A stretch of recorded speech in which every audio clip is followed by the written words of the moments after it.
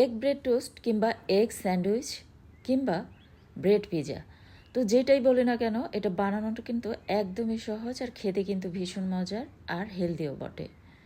আসসালামু আলাইকুম এভরিওয়ান, সবাই কেমন আছেন? আশা করছি সবাই অনেক বেশি ভালো আছেন। তো আজকের আয়োজনে থাকছে এগ ব্রেড টোস্ট, আর একই উপকরণ দিয়ে কিন্তু আজকে 3 ধরনের এই ব্রেডের রেসিপি আপনাদের সাথে শেয়ার করব, যেটা কিনা মাত্র 5 মিনিটে ঝটপট বানিয়ে নিতে পারবেন। আর সকালে কিংবা বিকেলের নাস্তায় কিংবা বাচ্চাদের টিফিনে খুব সহজে বানিয়ে নিতে পারবেন এই মজাদার রেসিপিগুলি। তো এরকম সহজ সহজ ও মজাদার রেসিপিগুলি পেতে চ্যানেলটি সাবস্ক্রাইব করে সাথেই থাকুন, আর আপনাদের টাইমলাইনে শেয়ার করে রেখে দিতে পারেন, যখন মন চাইবে ঝটপট বানিয়ে নিতে পারেন। আর ভিডিওতে অবশ্যই একটি লাইক দিয়ে সাথেই থাকবেন। তো প্রথমে যে ব্রেড টোস্টটা বানিয়ে নেব, তো তার জন্য এখানে 2 পিস স্লাইস ব্রেড নিয়েছি, আর ব্রেডের মাঝখান বরাবর আমি একটি গ্লাসের সাহায্যে এভাবে কেটে নিচ্ছি। আপনারা যে কোনো গ্লাসের সাহায্যে কিন্তু কেটে নিতে পারেন ইজিলি। আর এ ধরনের অনেক ব্রেডের রেসিপি কিন্তু আমার ইউটিউব চ্যানেল এবং ফেসবুক পেজে পেয়ে যাবেন। একদম সহজ পদ্ধতিতে কিন্তু শেয়ার করা আছে, যা ঝটপট বানিয়ে নিতে পারবেন বাচ্চাদের টিফিন থেকে শুরু করে সকালে কিংবা বিকেলের নাস্তায় কিংবা অতিথি আপ্যায়নে। তো কেটে নিলাম, নেওয়ার পর চুলায় একটা প্যান বসিয়ে দিয়ে 1 চা চামচের মতো বাটার দিয়ে দিলাম। তারপর কেটে রাখা পাউরুটিটাকে আগে দিয়ে দিলাম, আর একটি ডিম ভেঙে এর সাথে অ্যাড করে দিলাম, আর দিয়ে দিলাম একটুখানি লবণ আর গোলমরিচের গুঁড়ি। এখন সসেস কেটে নিয়েছি, আর এই চিকেন সসেস কিন্তু যে কোনো সুপার শপে পেয়ে যাবেন, আর এটা ফ্রোজেন করে আপনারা কিন্তু ডিপ ফ্রিজে রেখে দিতে পারেন যখন তখন কিন্তু এই মজাদার রেসিপিগুলি বানিয়ে নেওয়ার জন্য। আর উপর দিয়ে কিছু মজারেলা চিজ অ্যাড করে দিয়েছি।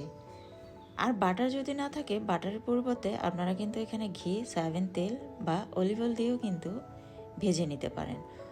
তারপর উপরের কাটা অংশটা এভাবে অ্যাড করে দিলাম, দিয়ে আরেকটু বাটার দিয়ে দিলাম, দিয়ে এখন এপাশ ওপাশ খুব ভালোভাবে ভেজে নিয়েছি।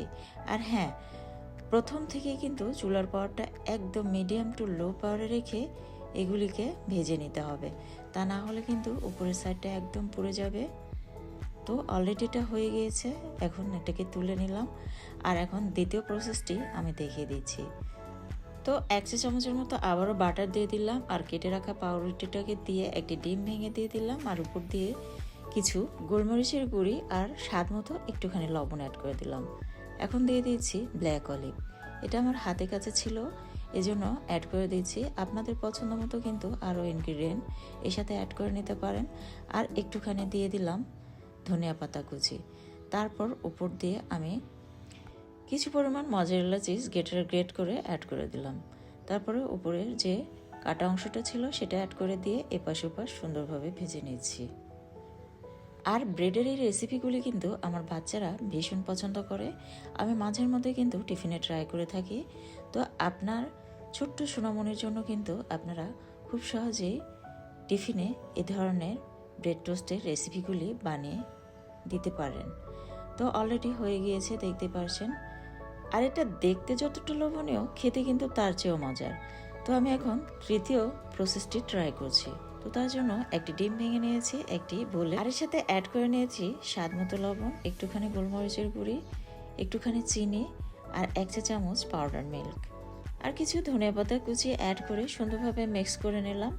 আর এখন ব্রেড খুব ভালোভাবে চুবিয়ে নিয়েছি, নিয়ে এটাকে ভেজে নিচ্ছি। তো একটুখানি বাটার দিয়ে দিলাম, দিয়ে এটাকে এখন ভেজে নিচ্ছি এপাশ ওপাশ। আর সবচেয়ে মজার ব্যাপার হচ্ছে এই রেসিপিগুলি কিন্তু ঝটপট বানিয়ে নেওয়া যায়, আবার হেলদিও বটে, আর খেতেও কিন্তু ভীষণ মজার। তো এটা এভাবে আমি সাজিয়ে নিচ্ছি। কিছু চিকেন সসেস কেটে অ্যাড করে দিলাম, একটি ব্ল্যাক অলিভ কেটে অ্যাড করে দিলাম, আর উপর দিয়ে কিছু মজারেলা চিজ অ্যাড করে নিয়েছি গ্রেট করে।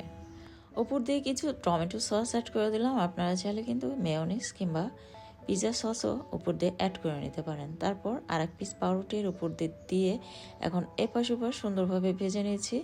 আর হ্যাঁ, এইসব রেসিপিতে কিন্তু চুলার পাওয়ারটা প্রথম থেকে শেষ পর্যন্ত একদম মিডিয়াম টু লো পাওয়ারে রেখেই ভেজে নিতে হবে।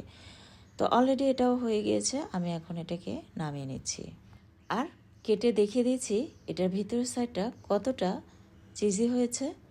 তো আশা করছি রেসিপিগুলো আপনাদের অনেক বেশি ভালো লেগেছে। ভালো লাগলে লাইক, কমেন্ট, শেয়ার করতে ভুলবেন না। আর পরবর্তী রেসিপি দেখার আমন্ত্রণ জানিয়ে আজকের মতো এখানেই বিদায় নিচ্ছি। ধন্যবাদ সবাইকে।